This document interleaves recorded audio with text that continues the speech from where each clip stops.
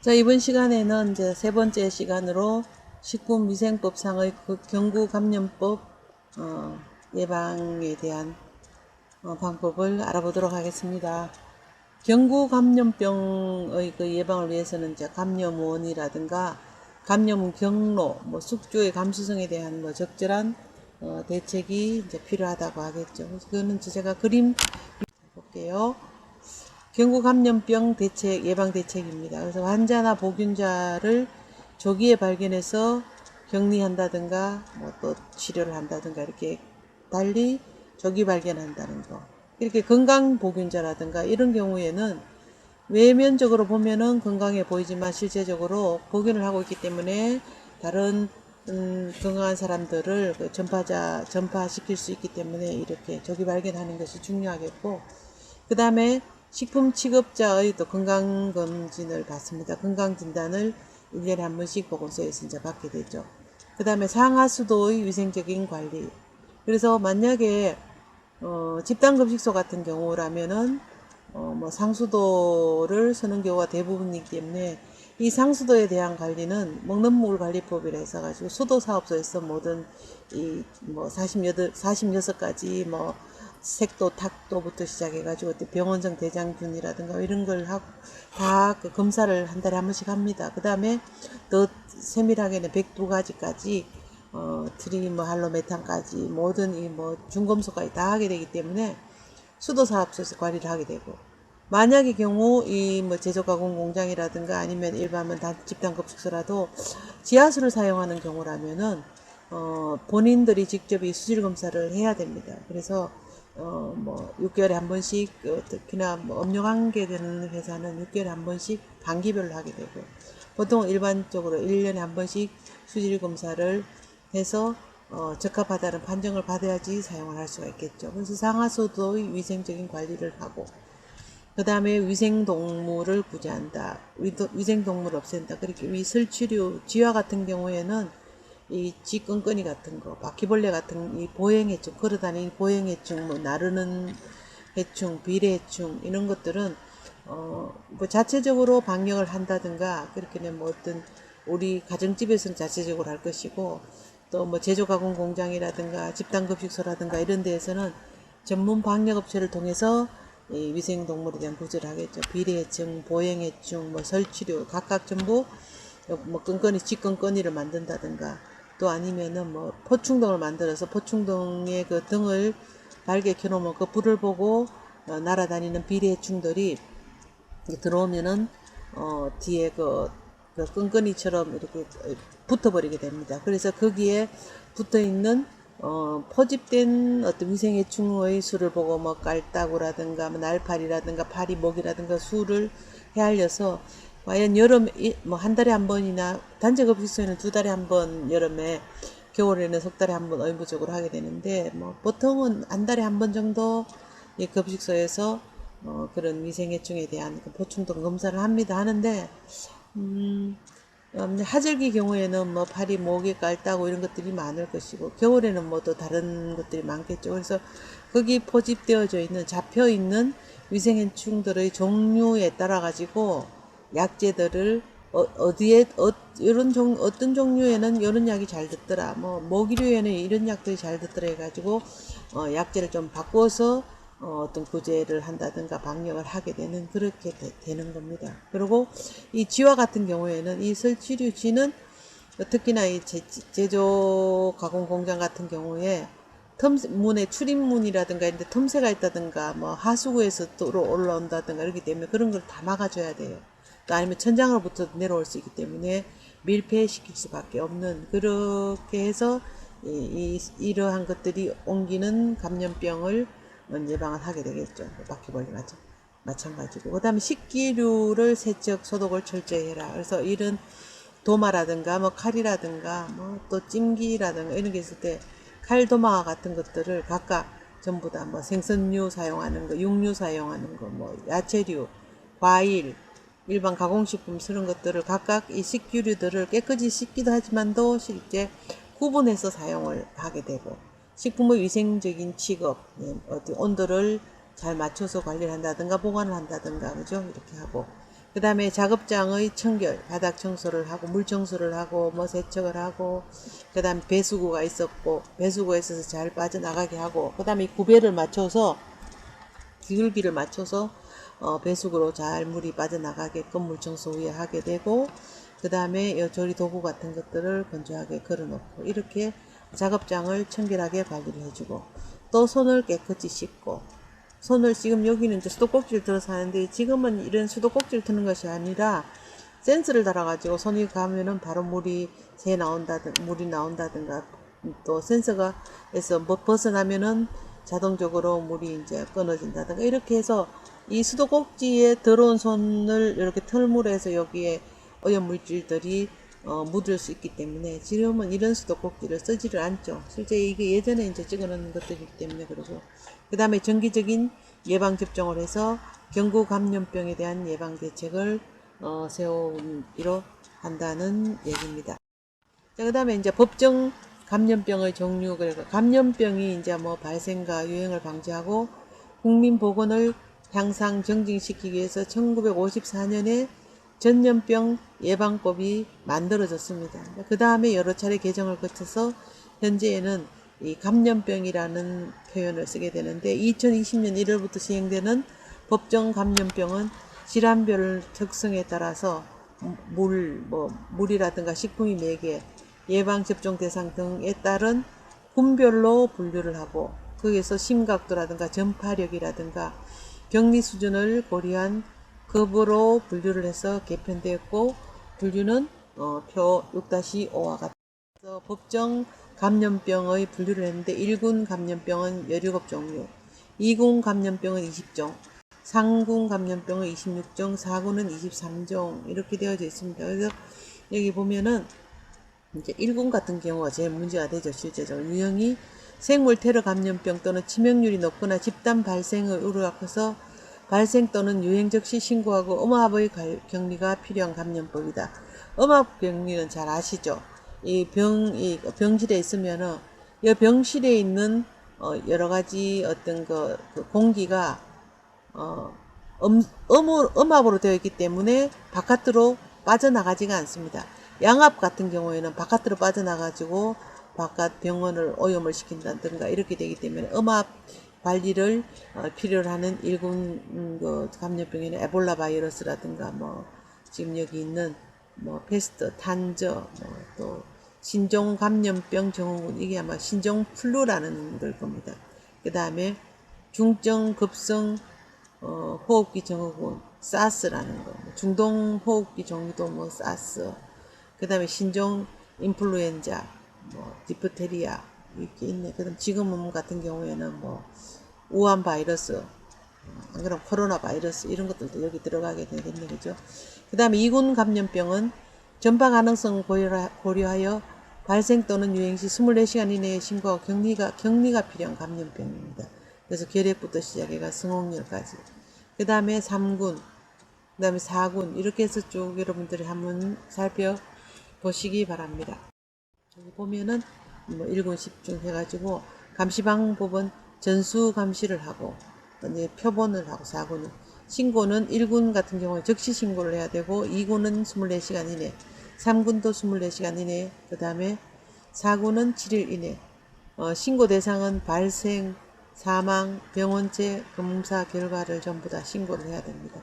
그래서 신고하는 경로는 담당 의사라든가 뭐 치과의사, 한의사, 의료기관에서 신고를 하고, 또 뭐 의료기관 장이잖아요. 그죠? 다 부대장, 군대, 부대장, 병원체 확인기관의 장이하고, 그 다음에 관할 보건소장이 1급 감염병의 경우에는 신고서 제출 전에 구두로 먼저 보건소장한테 얘기하고 질병관리본부장에게도 신고를 하게끔 되어져 있습니다. 그 다음에 이제 경구 감염병이라는 것은 병원체가 사람에게 경구적으로 침입하여 발생하는 감염병을 얘기를 하는데, 세균성 식중독과 경구 감염병은 식품을 매개로 인체에 들어와 질병을 일으키는 것은 임상 증상이 서로 유사하지만 근본적으로 다르고, 또 비교를 한다면 표 6-6에서 볼 수 있습니다.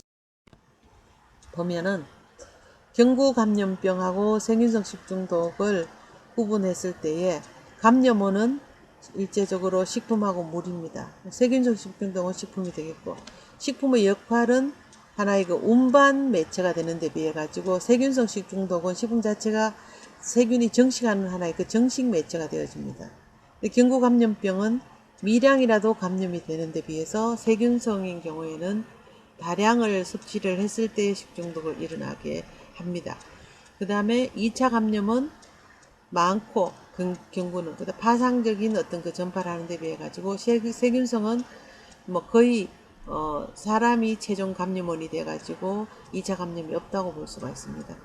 그 다음에 잠복 기간은 보통 세균성인 경우에 짧고 경구 감염증은 길고, 면역력은 경구 감염증인 경우에는 감염병은 대체로 면역력이 있는 경우가 많은데 비해 가지고 세균성 식중독은 면역성 관계가 별로 없습니다. 병원군의 동력은 강하고 약하고, 예방 조치는 거의 불가능하다. 다음 식품 중에 균의 증식을 막으면은 세균성은 감염을 예방을 할 수가 있다. 격리 필요성이 경구 감염병은 필요한 데 비해 가지고 필요시에, 그 다음에 세균성은 별로 격리할 필요가 없다는 게 비교를 했습니다. 그 다음에 경구 감염병의 특성으로는 장티푸스는 병원체가 살모넬라 타이파이라는 이 병원체가 잠복기가 1에서 3주 정도가 됩니다. 감염 경로는 음식물, 음료수, 생과일 및 생채소, 갑각류 및 어필류가 되겠고, 증상은 발열이라든가 맥박이 늦게 뛴다든가 두통, 비장이 커진다든가 권태감, 붉은 장미짐, 붉은 반점이 난다든가 식욕부진, 건성기침, 이렇게 해서 장티푸스, 콜레라, 세균성이질, 파라티푸스, 그 다음에 또 여기 폴리오 소아마비, 그죠? 그 다음에 간염, 디프테리아, 이렇게 경구 감염병의 특성을 살펴볼 수가 있습니다. 들어가서 제가 주로 이 장티푸스 같은 경우에는 육류라든가 우유라든가 얼음이라든가 이런 날 음식들이라든가 이런 데에 많이 생존을 합니다. 그래서 열에 약하기 때문에 끓여서 사실 먹는 경우는 이 장티푸스로부터는 좀 예방이 잘 되는 편이죠. 그리고 이제 이런 이 장티푸스는 위생 상태가 나쁜 그런 지역에서 유행이 좀 계속된다고 볼 수가 있습니다. 환자 보균자라든가 환자라든가 이런 데서 대변 소변에서 균이 검출되니까 장티푸스를 앓는 사람이 있다면은 이 사람을 일단은 격리 조치를 해야 되겠죠. 그 다음에 파라티푸스 같은 경우에는 이 똑같이 장티푸스와 똑같이 어떤 그 열을 많이 이제 발생시키는 그런 질환이지만 장티푸스하고 임상적 병리적으로는 비슷하지만 증상이 조금 더 가볍고 사망률도 낮고, 그래서 전신 감염이 잘 안 된다고 그럽니다. 그런데 이제 장염의 병태를 가져가 식중독하고 좀 구별할 수 없는 증상을 나타내기도 합니다. 그리고 이 파라티푸스 같은 경우에도 실제적으로 감염 경로가 사람이 주된 어떤 그 병원소가 됩니다. 그래서 가끔은 가축이 병원소가 될 때도 있지만, 환자나 보균자의 대소변을 간접적으로 접촉해서 전파가 된다든가, 환자나 혹은 보균자의 손에 의해서 오염된 음식물을 섭취한다든가 이렇게 해서 감염이 되는데, 조개류라든가 우유라든가 유제품과 같은 것들이 그 감염원의 원인 물질이 될 수도 있고, 잠복기는 한 1주에서 3주 정도가 됩니다. 치명률은 되게 낮습니다. 예방은 똑같이 어떤 그 장티푸스하고 비슷하게 개인위생이라든가 철저한 그 환경위생 같은 것을 잘 준수를 하는 것이 좋겠습니다. 그 다음 콜레라는 예전에는 이 수인성 전염병으로 물에 의해서 전염되는 그런 콜레라와 같은 경우에는 아직 오염된 물을 먹음으로 해서 콜레라 걸립니다. 그러면은 완전히 몸에 있는 물이 다 빠져나가는 수양성 대변, 그렇게 물 모양의 그 대변을 보기 때문에 거의 탈수 증상을 일으키는 급성 설사 질환입니다. 그래서 콜레라 독소에 의해서 심한 위장 증상을 나타내고 전신 증상을 일으키는 급성 설사 질환이다 이래가지고, 보통 20명 중 1명 정도가 심한 물과 같은 그런 설사를 한다든가 구토라든가 팔다리 저림과 같은 심한 증상을 나타낼 수가 있습니다. 그래서 적절한 치료를 하지 않으면 수시간 내에 탈수 증상으로 인한 쇼크로 사망할 수 있는데, 예전에 뭐 우리나라에 1940년대까지는 아주 이런 콜레라가 대유행이었지만 2000년 이후에는 거의 콜레라가 발생 안 하고 발생을 했다 하더라도 2001년도 경상도 지역 중심으로 해서 전국 뭐 유행이 되는 경우가 있습니다만도, 이 경우에는 동남아를 여행한 여행자들에 가지고 산발적으로 유입되어서 발생이 되어졌다고 합니다. 그래서 이 같은 경우도 환자나 보균자의 뭐 구토물이라든가 대변으로 배출된 그 균에 오염된 그 뭐 식수라든가 음식물, 과일, 채소, 뭐 연안에서 잡히는 어패류 같은 걸 통해서 감염이 된다고 합니다.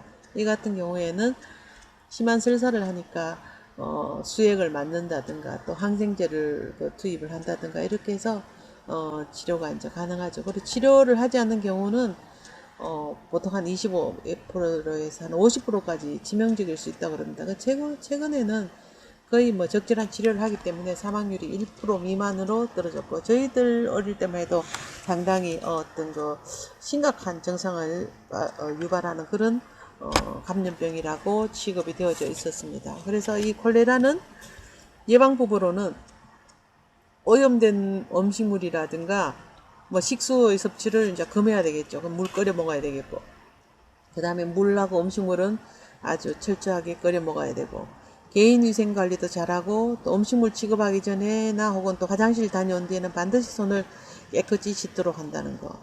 백신 예방 접종이 면역 효과는 불충분하고 비형 효과가 낮기 때문에 크게 뭐 권장하지는 않는다고 그럽니다. 그 다음에 세균성 이질, 시겔라, 뭐 시겔로시스, 바셀러스, 뭐 다이젠터리 이렇게 해가지고 열이 나면서 설사하는 열성 설사를 특징으로 하는 그 질환이 되겠는데, 전 세계적으로 해마다 한 60만 명 정도의 사망자가 발생을 한다고 합니다. 근데 이제 항생제를 광범위하게 사용을 하다 보니까 항생제의 어떤 그 내성균주가 문제가 되긴 하지만, 그래도 세균성 이질 같은 경우에는 항생제를 사용해서 이제 치료를 하게 되죠. 그리고 특히 뭐 10세 이하의 환자가 거의 40%를 차지하고 있고, 이육이 그 1세 미만 이런 애들 소아한테도 감수성이 높고 중증으로 넘어가기가 쉬운 그런 질환입니다. 최근에는 학교하고 사회복지시설의 단체 급식을 매결한 집단급식이 소에서 많이 발생을 하기 때문에 특히 어떤 그 뭐 환경적인 위생, 개인 위생을 많이 이제 강조를 하게 되고, 음식을 조리하고 만들 때에도 청결한 환경에서 조리하는 어떤 그 열처리하는 시간을 충분히 준다든가 이렇게 해서 섭취를 하게끔 하게 됩니다. 이 뭐 감염 경로라면은 사람이 이제 병원소이지만 환자나 보균자에 의해서 뭐 감염이 된다든가 대변을 통한다든가, 뭐 경구 감염은 그런 그 대변이 어떤 그 균에 오염되는 균이 대변에 묻었는 그런 어떤 뭐 식품, 뭐 오염된 음료수, 우유, 오염된 식품 등에서 전파가 되겠죠. 아주 적은 양으로도 적은 양의 어떤 세균, 뭐 10개나 100개 정도의 세균으로도 충분히 감염될 수 있기 때문에 화장실 다녀온 후에는 손톱 밑이라든가 손을 깨끗이 씻어야 하는 그런 어떤 그 주의를 기울여야지만 될 것 같습니다. 그리고 뭐 증상은 잠복기는 보통 뭐 일주일 이내라고 합니다. 그 임상 증상은 균종이나 환자 감수성에 따라서 아주 가볍게 지나갈 수도 있겠고, 증상이 없이 지나갈 수도 있지만, 때로는 변에 뭐 혈액이라든가 보름과 같은 그런 게 나올 수도 있겠고, 수양성 설사를 동반하기도 하고, 소아인 경우에는 경련을 일으키기도 합니다. 그래서 이런 세균성 이질은 특히나 열에 약하기 때문에 먹는 식품이나 물을 충분히 가열해서 잘 먹고, 콜레라, 파라티푸스, 장티푸스와 똑같이 화장실 다녀온 후에는 손을 잘 깨끗이 씻고, 또 식품은 항상 청결을 유지할 수 있어야 되겠고, 그죠? 청결도가 불분명할 적에는 차라리 식품을 선별해가 조리하거나 익혀 먹고, 과일은 껍질을 벗겨서 먹고, 바퀴벌레라든가 파리에 오염되는 그런 음식은 가능하면은 섭취하지 않도록 하고, 설사하는 사람이면은 가능한 한 식품을 취급하지를 말아야 되겠죠. 항생물질 사용해서 그 증상이 가벼워지면은 이제 환자는 이제 뭐 완쾌됐다고 보지만 실제 대변에는 이질균이 그대로 상존하고 있기 때문에 특별히 완전히 다 완치될 때까지 충분한 양의 항생제를 섭취를 해야 됩니다. 자, 그 다음에 여기 장티푸스 감염 경로는 아까 설명했고, 세균성 인질도 마찬가지로 이런 환자나 배변을 통해서 환자가 뭐 식품, 이 환자로부터 이 식품을 손 만진다든가, 뭐 음료를 먹는다든가, 이렇게 해서 감염을 시킨 것을 사람이 먹는다든가, 직접 감염을 한다든가, 또 대변을 화장실을 통해서 일반인들이 들어갔을 때 이 변기를 통해서도 감염이 될 수 있기 때문에 화장실 갔다 와서도 손이라든가 이런 걸 깨끗이 세척을 하고 음식인 경우에는 충분히 가열을 해서 먹도록 해야 된다는 얘기가 되겠죠. 자, 그 다음에 폴리오, 그죠? 뭐 소아마비라고도 하고 급성 회백수염이라고도 하는데 대개 위생 상태가 불량한 지역에 거주하는 영유아라든가 소아한테 많이 발생을 한다고 알려져 있습니다. 연중 발생하지만 온대 지방은 늦여름부터 초가을에 많이 발생을 하고 백신은 도입 전에는 전 세계적으로 발생을 했지만 이거 많이네 틀렸네요. 1950년대에는 폴리오 백신이 개발된 이래 마비성 환자는 급격하게 감소했다. 저희들 어릴 때만 해도 이 소아마비 걸려가지고 다리를 저는 학생들 친구들이 많았는데 지금은 거의 뭐 잘 볼 수가 없죠, 그죠? 그래서 백신 때문에 그렇다. 그 다음에 이제 이 같은 경우에는 뭐 이 바로 병원체가 이 바로 그 장 바이러스, 그죠? 어떤 그 폴리오 바이러스라는 그런 것들이 있는데 이 병원체로 인해 가지고 뭐 환자라든가 뭐 또 느끼지 못한 어떤 불연성 감염자의 어떤 그 콧물이라든가 뭐 침이라든가 대변으로 배출되고 감염은 사람과 사람 사이로서 직접 감염이 된다든가 대변에서 구강 감염으로 이루어진다고 알려져 있습니다. 그래서 우유나 뭐 식품이나 음료수에 대한 전파는 좀 드물게 알려져 있습니다. 그래서 예방은 백신 접종이 제일 확실한 예방법입니다. 특별한 치료법은 없지만 만약에 병에 이완이 되면은 신경의 급성 증상에 대해서 보존 치료를 시행하고 증상이 호전된 후에는 치유되지 않은 마비에 대한 재활 치료를 해서 이제 낫게 하는데 이 폴리오는 지금은 뭐 이렇게 거의 백신으로서 미리 예방 주사를 맞게 되죠. 간염 같은 경우에는 바이러스가 간세포에 침입해서 염증을 일으키는 간의 염증을 헤파티티스를 일으키는 급성 간염 질환으로 각종 전신 증상을 일으키는데 병원체는 유행성 간염 바이러스인 A형하고 뭐 혈청 간염인 B형, C형 등이 있다 이렇게 되어 있죠. 그래서 뭐 A형 같은 경우에는 거의 연간 약 140만 명 환자가 발생을 하고 또 유병률은 뭐 사회 경제적 발전 및 보건위생에도 상당히 어떤 그 관련이 깊다고 그럽니다. 그래 고도 유행 지역은 감염 대상이 주로 소화가 됩니다. 증상도 없고 경증으로 감염되어서 자연 항체가 뭐 획득되기도 하지만 15세 이상의 감염자는 좀 드물다고 합니다. 근데 이제 혈청 B형 감염 같은 경우에는 전 세계적으로 발생 빈도가 높을 뿐 아니라 간경민 경변증이라든 간이 딱딱하게 굳어지는 거, 그 다음에 뭐 간세포암과 같은 만성 간질환으로 감염될 진행이 될 가능성이 높습니다. 그래서 이런 B형 간염은 백신 접종을 통해서 이미 면역을 획득한 상태면은 문제가 되지 않지만 만약에 획득이 되지 않는다면은 미리 어떤 그 백신을 맞아줘야 돼 접종을 해야 되겠죠, 그죠? 그다음에 C형 같은 경우에는 전 세계 인구의 약 한 3% 정도가 감염된 것으로 추정을 합니다. 그래서 이 C형 감염은 아프리카라든가 유럽, 미국, 동남아시아에서 발생률이 높은데 건강한 성인이라든가 뭐 이제 혈액을 어떻게 급여해주는 그런 공혈자 같은 경우에는 그 혈액으로부터 C형 간염 항체 양성률이 약 1% 이하 정도라고 그럽니다. 감염에 대한 경로는 A형은 주로 대변을 통해서 배출이 돼서 구강을 통하고 B형은 혈액과 뭐 점액성 삼출물이 가장 많다고 그럽니다. 침이라든가 정액, 뭐 질액 등의 주로를 통해서 감염이 되고 C형은 주사기를 공동으로 사용한다든가 수혈한다든가 혈액 투척을 한다든가 이렇게 되어지기 때문에 이러한 경우는 그러한 것을 피해서 가면은 되겠죠, 그죠? 그리고 B형은 특히나 어떤 그 식욕부진, 뭐 구토, 뭐 구역질 이렇게 일어나는데 간염 증상은 이 만성이 되어졌을 때는 특히나 영아인 경우에는 90% 이상이 발병을 합니다. 그래서 이 B형 간염은 간염 백신을 맞아서 예방을 하고, 뭐 A형 같은 경우에는 실제 좀 드물기는 하지만 만성 간염과 같은 그 기저질환을 가질 경우에 상당히 위험하다 이렇게 되어져 있습니다. C형은 뭐 감염자 7, 80%가 거의 무증상이라고 그럽니다.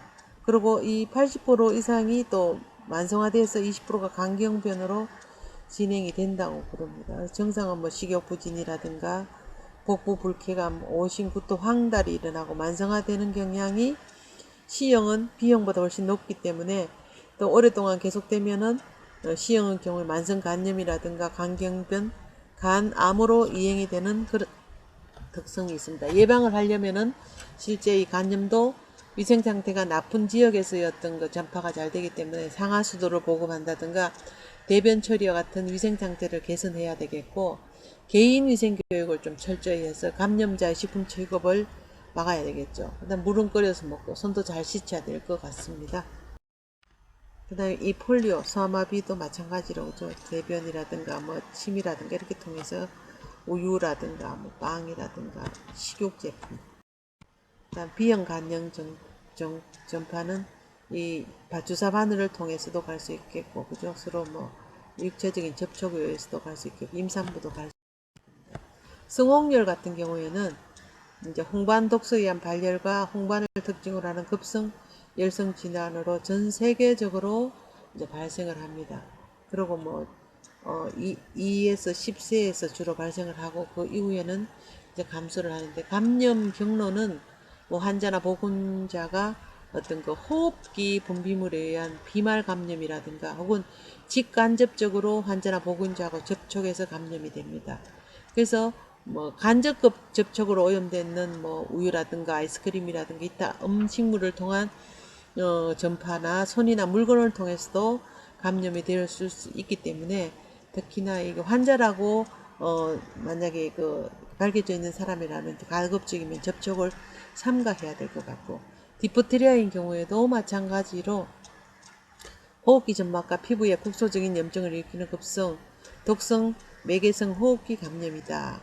우리나라에는 지금 뭐 1987년 이후에는 거의 전무한 상태이고 온대 지역에서 많이 이제 발생을 하고, 4세 이하의 환자가 전체 환자의 약 60%를 차지한다고 합니다. 그리고 10세가 넘으면은 거의 급격하게 감소를 합니다. 그리고 이 같은 경우에는 이제 디프테리아도 예방 접종을 하면은 거의 뭐 나을 수 이렇게 감염되지 않겠고, 환자나 보균자를 조기에 발견해서 격리한다든가 음식물에 대한 오염 방지 등이 필요.